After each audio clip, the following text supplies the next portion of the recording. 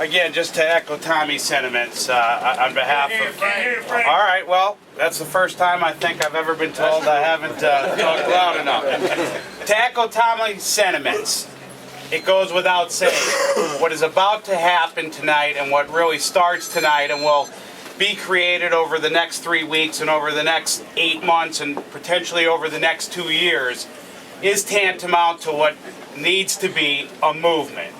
We are trying to do something that, quite frankly, has not been done in Lackawanna County ever, or at least in our lifetime. So that's not something that's going to happen easily. It's not something that's going to happen without pressure from third parties and all kinds of sources, political and otherwise, personal and otherwise. But if you believe in what the underlying cause is, then it's real easy to continue to proceed forward and do so in good faith and in good conscience. Remember, all we're asking to occur is to put a referendum on the ballot which asks the electorate whether or not a commission should be established to study the current form of government and make a recommendation one way or the other, whether the current form of government should remain or whether there should be an alternate plan of government. And even at that point, not that it occurs just because the commission recommends it, it still comes back to the electorate on a second vote on another referendum. So this is a process whereby not only all of us that are here tonight, everybody we're going to touch and getting to sign these petitions, and everyone that's going to come to that ballot, they're going to have an opportunity to really have a hand in a vote, a true vote, and how their county government is formed and how their county government continues to function going forward. Tommy pointed out the highlights. We don't need to sit here and preach. We all live in Lackawanna County. We've all been subject to the government. And look, there's been a lot of good things that the county government has done. This is not a movement to smash county government or to be personal. This is a movement about now taking us to the next level and determining whether or not, and opening ourselves up for self-observation, to have a commission, a good commission, an electorate, a commission that's elected, and a representative commission of elected officials, strong community leaders, those that will touch all boundaries of our county, so that they can come back and make an educated and as informed a decision as possible, and putting it to us, the electorate, on whether or not we should adopt their recommendations.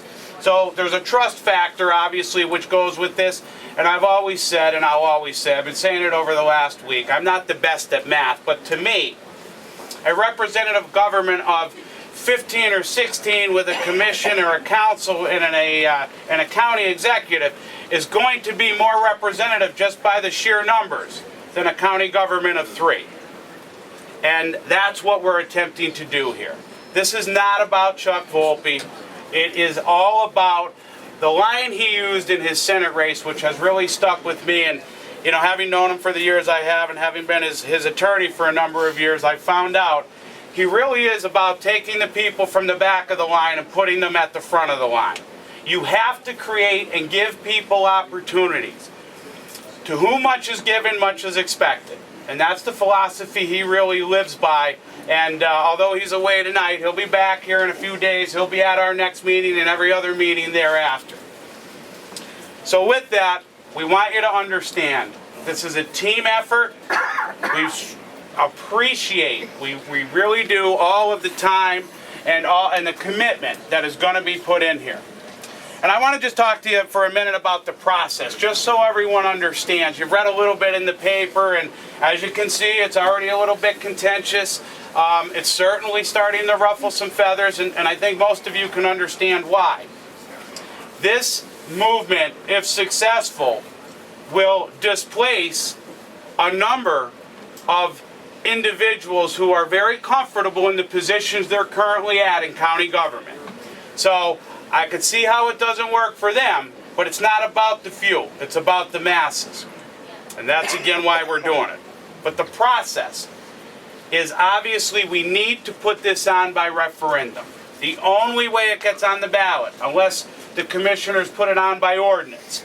But we know they're not going to because they've already introduced or are in the process of introducing their own ordinance to eliminate essentially 4 government row offices, one of which is the Lackawanna County Sheriff's Office. Recorder of Deeds, Register of Wills, and Clerk of Judicial Records. Not to put it to a commission, not to put it to the electorate and the voters, not to say, hey, this is what we want to do. Do you think it's a good idea? Let's study it, which was promised before they indicated they would put this on the ballot, and it never occurred. But at the end of the day, that's the ordinance that they're going to be submitting, so that the voters this spring could vote in the primary on whether those 4 electorate offices would be eliminated. And if so, then all of those jobs and all of those positions would be consumed under the power of the county commissioner's office. And rather than creating opportunities and rather than spreading out the power amongst all the county government, it becomes more consolidated, which we just quite frankly believe is not in everyone's best interest. So with the petitions that are going to be going around, we only have 3 weeks. 3 weeks. These petitions must be filed by February 19th. We need 3,490 signatures. But that's not really what we need. We need 5,000, 6,000, 7,000 signatures. Because if the 2 articles that have appeared in the Scranton Times already are any indication of the fight that we will all face on this matter, then, or let it be, we will face many challenges. We will face challenges on the petitions themselves. They will challenge the signatures. They'll challenge how the townships or boroughs are written. They'll challenge the way we put the referendum on. So expect it. We do. We've been planning for it. There's been a lot of great people like Kenny Mikovits, people like Attorney Bill Jones, who are also assisting in this effort. It is very important to understand that we are already looking ahead and working towards the next step because we need to. And we'll continue to do that because those fights will come, but I promise those will be fights we absolutely will win. And we will win them for the right reasons because we're doing it the right way. And again, that starts this evening.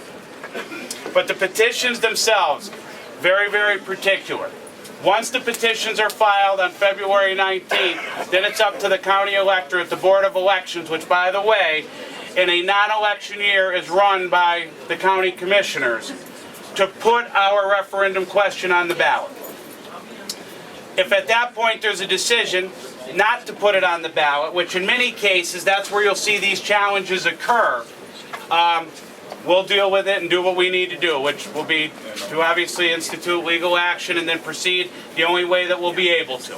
And we feel very confident that we'll be successful in that regard. The reason the question is going on the ballot in the primary is it has to.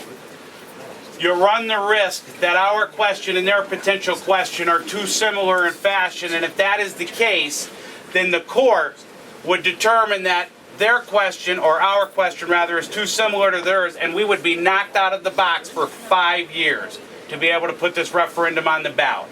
So it has to happen now. They don't think we're going to be able to get the signatures, but we'll show them obviously that we will. Once that occurs and the referendum is on the ballot, at the same time, we'll be looking to elect a slate, a candidate, a commission, which will have to sit, a study commission. And what that study commission is tasked with doing is simply taking the question that's presented on the ballot and passed by the voters, and for them to study that question over a period of 9 to 11 months, and then come back and make recommendations on whether or not they believe they're supposed to look at the current form of government, review alternative form of governments, and then recommend whether or not an alternate plan of government should be adopted. If that recommendation is that an alternate plan should be adopted, that then comes back to the electorate in the form of a referendum, which, as I've already said, we'll all get to vote on again. It's probably one of the most democratic processes and statutes that we'll get to actually become involved with and work with. It allows us 2 opportunities, the electorate as a whole, to make that decision. We firmly believe it all starts obviously with the signatures. We need to get on the ballot, and that only comes with the signatures by February 19th. If we get on the ballot, we win. From my 2 or 3 weeks now of being involved in this and having talked to as many people as we have, I really have to tell you, I have run into very, very few people who have either opposed the process or had anything negative to say about it. What is there negative to say about a democratic process that asks a representative commission to take a look at what's going on for all of us, and then let us know and make recommendations so that we have a hand in that process and ultimate decision, because it's ultimately us whose lives are going to be affected most. So it's time, ladies and gentlemen. It's really time. So we appreciate, again, everybody's time and effort. Anything that we can all do for you. This is not a haphazard campaign, I promise you. There will be an office. There will be paid media. There will be direct mail pieces. There will be TV. There will be phone banks. If anybody knows anything about Chuck Volpe and how he runs his campaigns, he will stop at nothing.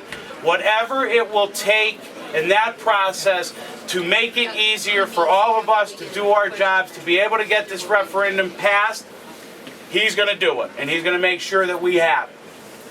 So I want to thank you personally on behalf of Chuck and myself and everybody. This is a team effort, and I look forward to working with everyone.